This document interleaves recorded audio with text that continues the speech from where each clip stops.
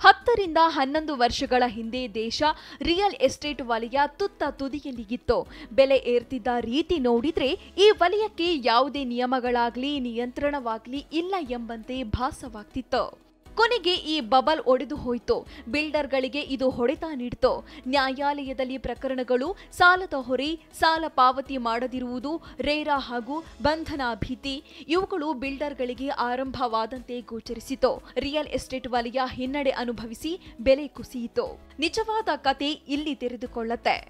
ಆದರೆ ರೇರಾ ಆರಂಭದಲ್ಲಿ ಭರವಸೆಯ ಆಶಾಕಿರಣ ಗೋಚರಿಸಿತು. ರಿಯಲ್ ಎಸ್ಟೇಟ್ ವಲಯದ ಸುಧಾರಣೆ ಆರಂಭಗೊಂಡು ಪುನಶ್ಚೇತನ ದಾರಿ ಹಿಡಿತು. ಮನೆ ಖರೀದಿಸುವವರು ಮಾರ್ಕೆಟ್ಗೆ ಮತ್ತೆ ಬರುವುದಕ್ಕೆ ಆರಂಭಿಸಿದ್ರು. ಹೂಡಿಕೆದಾರರು ಕೂಡ ಆಸಕ್ತಿ ತೋರಿದ್ರು. ರಿಯಲ್ ಎಸ್ಟೇಟ್ ವಲಯಕ್ಕೆ ಬಂಪರ್ ಸಮಯ ಬರಲು ವೇದಿಕೆ ಸಜ್ಜಾಗಿತ್ತು. ಹೀಗಾಗಿ ಪರಿಸ್ಥಿತಿ ಲಾಭ ಪಡೆಯುವ ಸೆಳೆತದಿಂದ ನೋಯ್ಡಾದ ರಾಹುಲ್ ಗೋದ್ರೇಜ್ ಪ್ರಾಪರ್ಟೀಸ್ ಷೇರಿನಲ್ಲಿ ಭಾರಿ ಮೊತ್ತ ಹೂಡಿಕೆ ಮಾಡಿದ್ರು. ವರ್ಕ್ ಫ್ರಮ್ ಹೋಮ್ನ ಹೊಸ ಪದ್ಧತಿಗಿಂತ ವಿಶಾಲವಾದ ಮನೆಗಳಿಗೆ ಬಂದ ಬೇಡಿಕೆ ಆತನನ್ನ ಸೆಳೆಯಿತು. ಆರ್ಥಿಕ ಸ್ಥಿತಿಗತಿ ಮತ್ತು ದೇಶದ ಮೂಲ ಸೌಲಭ್ಯಗಳ ವಿಸ್ತರಣೆ ಸದ್ಯದಲ್ಲೇ ತೀವ್ರ ಬದಲಾವಣೆಗೆ ಹತ್ತಿರವಿದೆ ಎಂದು ಆತನಿಗೆ ನಂಬಿಕೆ ಬಂತು. ಇಂದು ವಾಸ್ತವವಾಗಿ ಏನಾಗ್ತಿತ್ತು? ಆದ್ರಿಂದ ಆತನ ಎಲ್ಲ ವಿವೇಕ ಅಲುಗಾಡಿ ಹೋದಂತಾಯಿತು. ರಾಹುಲ್ ಎಲ್ಲಿ ತಪ್ಪಿದ್ದಾನೆ ಅಂತ ಆತನಿಗೆ ಅರ್ಥ ಮಾಡಿಕೊಳ್ಳಲು ಸಾಧ್ಯವಾಗಲಿಲ್ಲ. ಅವನು ಗೋದ್ರೇಜ್ ಪ್ರಾಪರ್ಟೀಸ್ನಲ್ಲಿ ಹೂಡಿಕೆ ಮಾಡಿದ ಹಣದಲ್ಲಿ 40% ಲಾಸ್ ಆಗಿತ್ತು.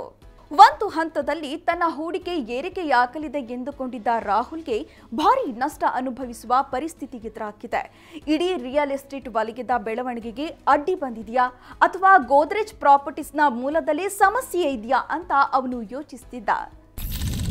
ಆತ ಗೋದ್ರೇಜ್ ಪ್ರಾಪರ್ಟೀಸ್ನ ಅಥವಾ ಜಿಪಿಎಲ್ನ ಸ್ಪ್ರಿಪ್ಸ್ ಖರೀದಿಸಿದಾಗ ಅದು 52 ವಾರಗಳ ಗರಿಷ್ಠ 2,598 ರೂಪಾಯಿಗಳಲ್ಲಿತ್ತು.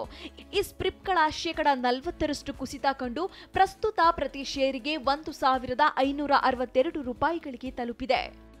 ತಬ್ಬಿಬ್ಬಾದ ರಾಹುಲ್ ತಮ್ಮ ಫೈನಾನ್ಷಿಯಲ್ ಅಡ್ವೈಸರ್ ಅಂಕಿತನನ್ನ ಭೇಟಿಯಾಗಿ ತನ್ನ ಹೂಡಿಕೆಗಳ ಪರಿಸ್ಥಿತಿ ಅರಿಯಲು ಬಯಸಿದ್ರು. ಅಂಕಿತ್ ಈ ಹಿನ್ನಡೆಗೆ ಸ್ಟಾಕುಗಳು ಅಕ್ಟೋಬರ್ 2021ರಲ್ಲಿ ದಾಖಲೆ ಮಟ್ಟದಲ್ಲಿದ್ದಾಗ ಪ್ರಾಫಿಟ್ ಬುಕ್ಕಿಂಗ್ ಅವಕಾಶ ಸೃಷ್ಟಿಗೊಂಡಿದ್ದು ಕಾರಣ ಎಂದು ವಿಶ್ಲೇಷಿಸುತ್ತಾರೆ.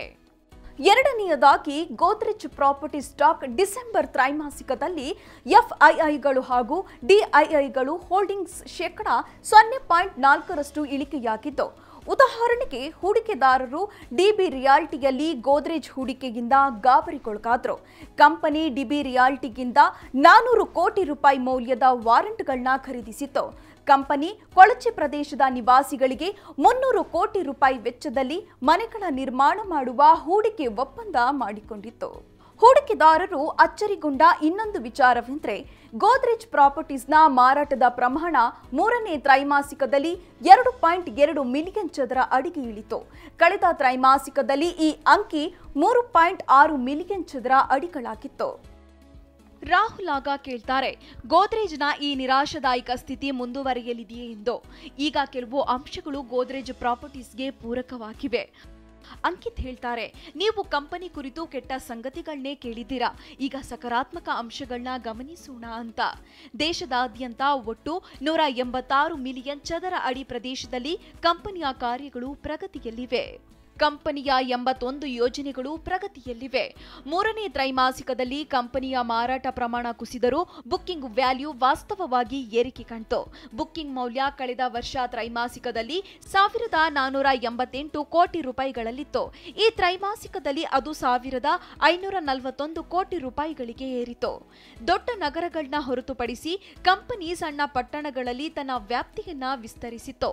ಆದರೆ ಒಳ್ಳೆಯ ಸುದ್ದಿ ಎಂದರೆ ಕಂಪನಿ ಡಿಬಿ ರಿಯಾಲ್ಟಿಯೊಂದಿಗೆ ತನ್ನ ಒಪ್ಪಂದವನ್ನ ರದ್ದುಗೊಳಿಸಿತು. ಕಂಪನಿ ಡಿಸೆಂಬರ್ 2021ರ ವೇಳೆಗೆ ಒಟ್ಟು 313 ಕೋಟಿ ರೂಪಾಯಿ ಸಾಲ ಹೊಂದಿತ್ತು. ಕಂಪನಿಯ ನಿವ್ವಳ ಸಾಲ ಈಕ್ವಿಟಿಯ ಅನುಪಾತ 0.04ರಷ್ಟಿದೆ. ಗೋದ್ರೇಜ್ ಆರೋಗ್ಯಕರ ನಗದು ಮೀಸಲು ಹೊಂದಿವೆ. ಕಂಪನಿ ಬಳಿ 636 ಕೋಟಿ ರೂಪಾಯಿ ನಗದು. ಗೋದ್ರೇಜ್ ಪ್ರಾಪರ್ಟೀಸ್ನ ವಿಶೇಷವೆಂದ್ರೆ ಇತರ ಡೆವಲಪರ್ಸ್ಗೆ ಭಿನ್ನವಾಗಿ ಕಂಪನಿ ಅಸೆಟ್ ರೈಟ್ ಮಾಡೆಲ್ಗಳನ್ನ ನಿರ್ವಹಿಸುತ್ತಿದೆ. ಈಗ ರಾಹುಲ್ ಪ್ರಶ್ನಿಸ್ತಾರೆ, ಈ ಎಲ್ಲ ಉತ್ತಮ ಅಂಶಗಳಿದ್ದು ಏಕೆ ಸ್ಪ್ರಿಪ್ಸ್ ಕೆಳಗಿಳಿಯುತ್ತಿದೆ ಎಂದು. ಅಂಕಿತ್ ಹೇಳ್ತಾರೆ, ನೀವು ಕಂಪನಿಯ ಹಿಂದಿನ ದಾಖಲೆ ಪರಿಗಣಿಸಬೇಕು ಎಂದು. ಈ ಹಿಂದೆ ಕಂಪನಿ ಮೇಲೆ ಹೂಡಿಕೆ ಮಾಡಿ ಸಾಕಷ್ಟು ಹಣವನ್ನು ಹೂಡಿಕೆದಾರರು ಗಳಿಸಿದ್ದಾರೆ ಎಂದು ಅಂಕಿತ್ ಹೇಳ್ತಾರೆ. ಮುಂದಿನ ಸಾಧ್ಯತೆಗಳು. ಅಂಕಿತ್ ಹೇಳ್ತಾರೆ, 2022ರ ತ್ರೈಮಾಸಿಕದಲ್ಲಿ ಮಾರಾಟದ ಪ್ರಮಾಣ ಬಲಿಷ್ಠವಾಗಿರುವ ಸಾಧ್ಯತೆ ಇದೆ. ಕಂಪನಿಯ ಫಲಿತಾಂಶಗಳು ಹಿಂದಿನ 3 ತ್ರೈಮಾಸಿಕದಲ್ಲಿ ನಿರಂತರ ಪ್ರಗತಿಯನ್ನ ತೋರಿವೆ. ಬ್ರೋಕಿಂಗ್ ಫರ್ಮ್ನಲ್ಲಿ ಗೋದ್ರೇಜ್ ಪ್ರಾಪರ್ಟೀಸ್ ಏರುಗತಿ ದಾಖಲಿಸಿರುವುದು.